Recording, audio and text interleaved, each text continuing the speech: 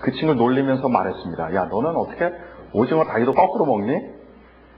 그랬더니 그 친구가 반색을 하면서 오징어 다리 끝을 먹는 너가 바로 거꾸로 먹는 거라고 저한테 이야기하는 거예요. 그래서 잠깐 그 친구하고 토닥거린 적이 있습니다.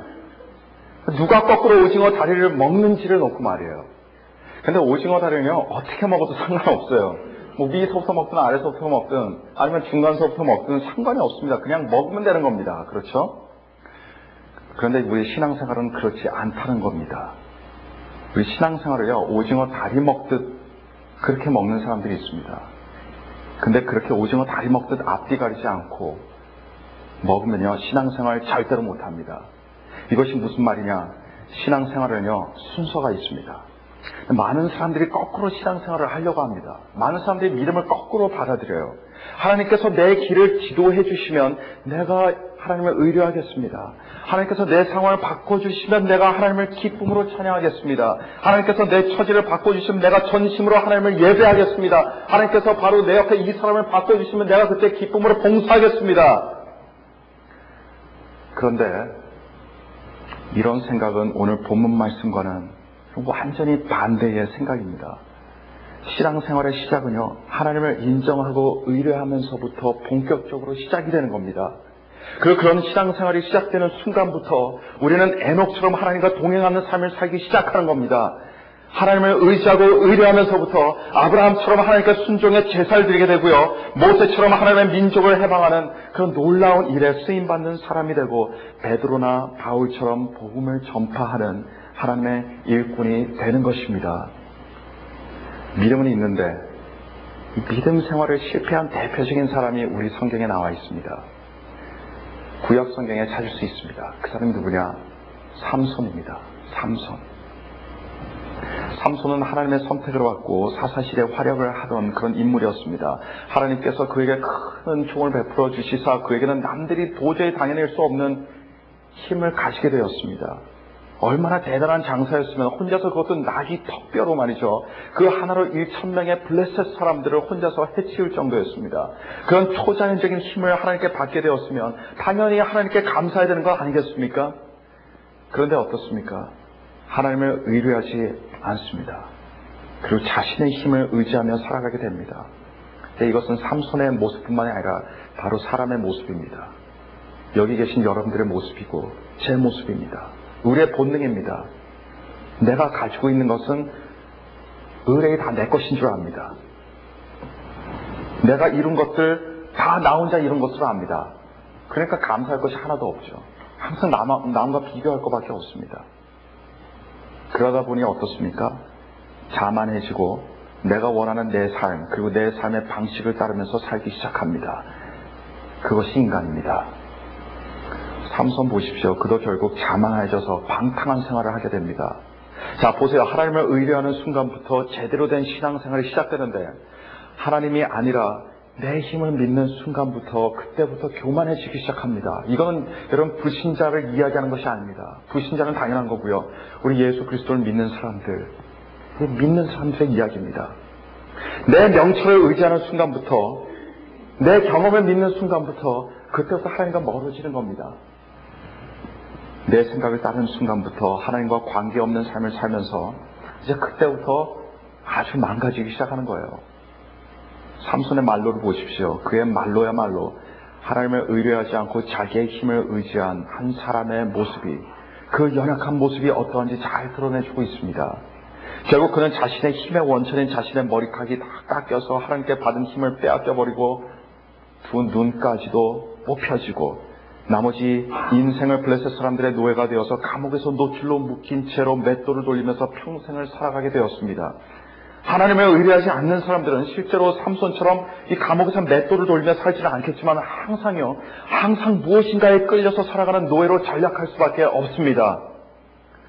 그런데 불행 중 다행격으로 삼손은 비극적인 삶을 살다가 막판에서야 하나님을 전적으로 의뢰하게 됩니다.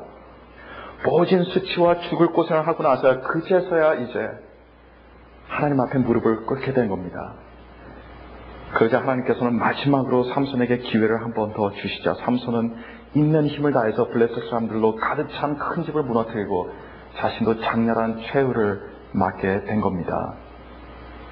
하나님을 믿는 믿음은 있었지만 자신의 힘을 의지하고 하나님을 의뢰하면서 살지 못했던 사람, 하나님께 그 축복된 선택을 받았음에도 불구하고 불행한 삶을 살아야 했던 사람이 바로 이 삼손이었습니다.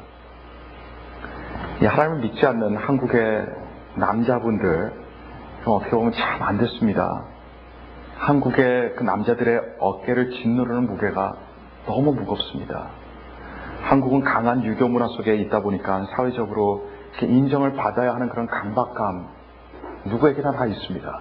또 가부장적인 문화 속에서 가정을 세우고 아내를 행복하게 하고 아이들을 시집장가 갈 때까지 부족함 없도록 재정적인 책임을 져야 하는 그런 의무도 메고 있습니다.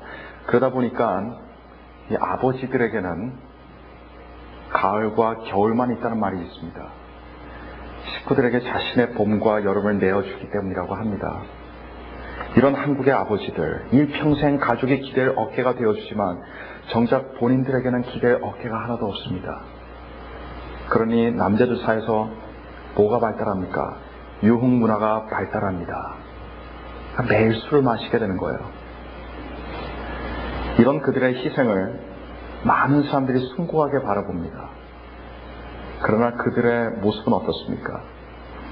그들의 희생은 확실히 숭고하지만 그들의 모습은 세월이 지날수록 거칠어집니다.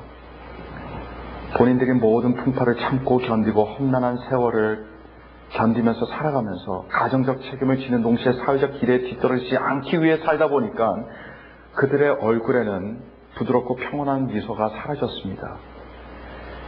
그리고 자신에게 익숙한 표정이라고는요, 무표정밖에 없습니다. 한국의 아버지들에게는 인간이 될 수 있는 기회가 별로 없습니다. 그러다 보니 모든 것을 벗어버리고 마음과 마음으로 만나는 인간과 인간의 만남을 가질 수가 없습니다. 이런 마음이 신앙생활에도 그대로 적용되는 거예요. 하나님을 잘 의지 못하고 의뢰하지 못합니다.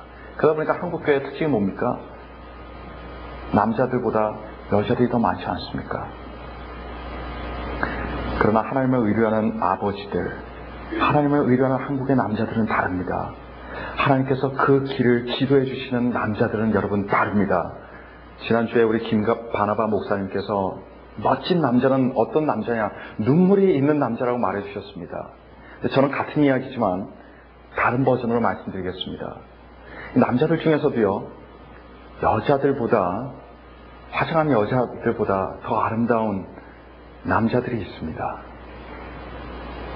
아름다운 것은 여자에게만 있는 것이 아니에요.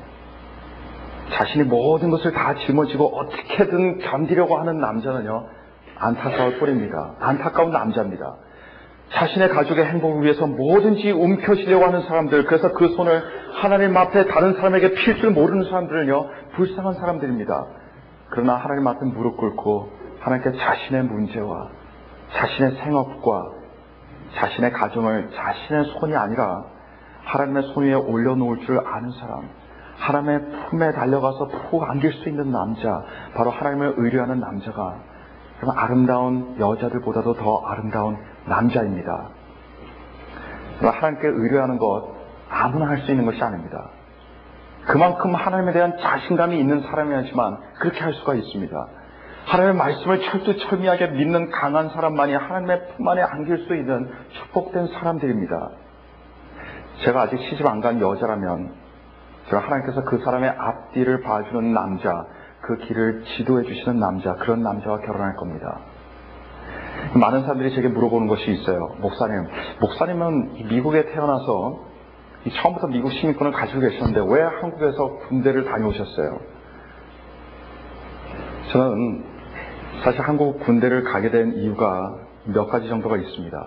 근데 그 중에 가장 결정적인 이유가 한 가지 있어요. 그래서 그 이유를 여러분들에게 알려드리겠습니다. 저는 어릴 적부터 참 감사하게도 제 삶이 참 형통했습니다.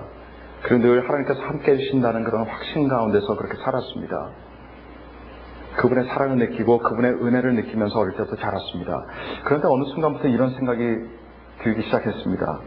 내가 과연 나의 편안한 생활에 벗어나서 우리 부모님도 안 계시고 친구들도 없는 오지 같은 곳에서 누구의 보호함도 받지 않은 그곳에 비닐하우스 그냥 걷어버리고 찬바람